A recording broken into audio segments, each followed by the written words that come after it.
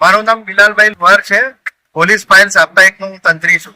કાલે સાંજે 3 વાગ્યાના ટાઈમમાં હું તારોલથી જુવાપુરા તરફ જઈ રહ્યો હતો. તો આરવી ડેનિંગ પાસે મારી પાસે ઉજેબ કરીને એક આવ્યો ને મને રોક્યો ને પૂછ્યું મને કે તું અહીંયા શું કામ આવ્યો છે ને આ વિડીયો ઉતારે છે. તો મેં એને કીધું કે ભાઈ હું વિડીયો ઉતારતો નથી.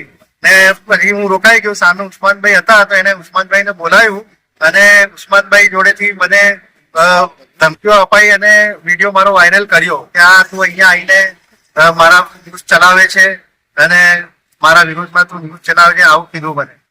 તે વિશે જણાવજો. પહેલા તો ઉસ્માન ગાચીએ મને લાફા માર્યા અને ફૂટા માર્યા અને બહુ ભીમસ્ત ગાળો બોલી. પછી એનો જમાઈ છે હુસેન, એ બી આવી ગયો, એને બી મને ખૂબ માર્યું, તમે વિડીયોમાં જોઈ શકો છો. અને પછી હું એમને કીધું કે ભાઈ તમે મને શું કામ મારો છો, તમે ખોટું કરો છો. એટલામાં તો એનો દીકરો જે છે એનું નામ મુનીર છે, એ ગાડીમાં આવે છે અને મારી ઉપર 30 હથિયાર વડેથી હુમલો કરે છે. અને પછી હું જમીનમાં પડી જાઉં છું, બેભાન થઈ જાઉં છું 2-3 મિનિટ માટે ને મારા કપડા એકદમ લોહી લુહાણ થઈ ગયા હતા. તો પછી એના પછી લોકો બહુ ભેગા થઈ ગયા. મેં કીધું કે ભાઈ 108 ને બોલાવો, પોલીસને બોલાવો. કોઈએ મારી મદદ નહીં કરી અને બધા છૂટા હતા અને પેલા 6 જણ મને મારવા વાળા હતા.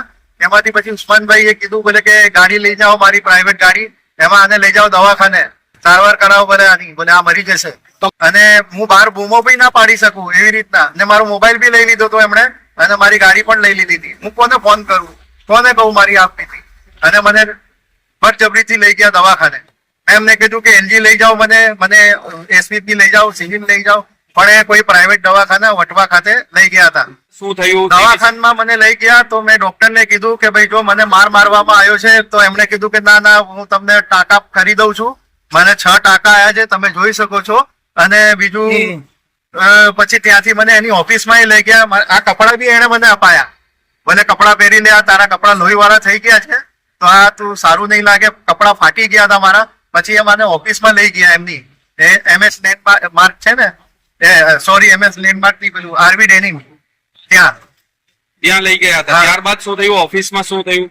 કઈક પૈસાની લેતી દેતીની પણ વાત આવી છે. ઓફિસમાં મને લઈ ગયા, મારું આખું શરીર લોહી લુહાણ હતું. મને બાથરૂમમાં લઈ ગયા, પછી કપડા બદલાયા, મને કપડા બદલાયા, મોઢું દોડાયું.